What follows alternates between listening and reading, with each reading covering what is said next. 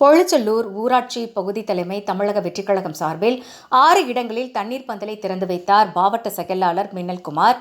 சென்னை அடுத்த செங்கல்பட்டு வடக்கு மாவட்டம் பரங்கிமலை வடக்கு ஒன்றியம் பொழுச்செல்லூர் ஊராட்சி பகுதி தலைமை தமிழக வெற்றிக் கழகம் சார்பில் தண்ணீர் பந்தல் திறப்பு விழா மாவட்ட செயலாளர் மின்னல்குமார் தலைமையில் நடைபெற்றது.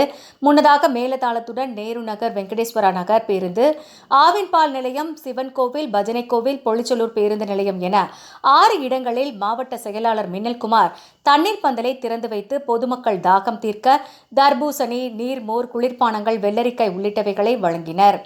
இதில் மாவட்ட நிர்வாகிகள், பொழுச்செல்லூர் பகுதி வார்டு தகவல் தொடர்பு பிரிவு, மகளிர் அணி, இளைஞர் அணி, தொண்டர் அணி நிர்வாகிகள் ஏராளமானோர் கலந்து கொண்டனர்.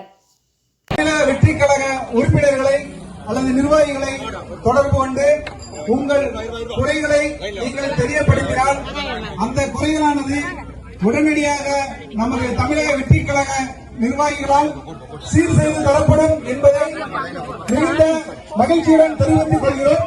உங்களுக்கு ஏதேனும் உங்கள் பகுதியில் ஏதாவது குறைபாடுகள் இருந்தால் நீங்கள் மன வருத்தத்துடன் இருக்க வேண்டாம். உடனடியாக நமது கழக நிர்வாகிகளை தொடர்பு கொண்டு உங்கள் பிரச்சனைகளை எடுத்துக் கூறினால் அந்த பிரச்சனைகள் உடனடியாக சீர் செய்து தரப்படும். கடந்த சில மாதங்களாக நமது பொழுச்செல்லூர் பகுதியில் ஆங்காங்கே திடீரென்று முளைத்திருக்கின்றன குப்பை கூலங்கள்.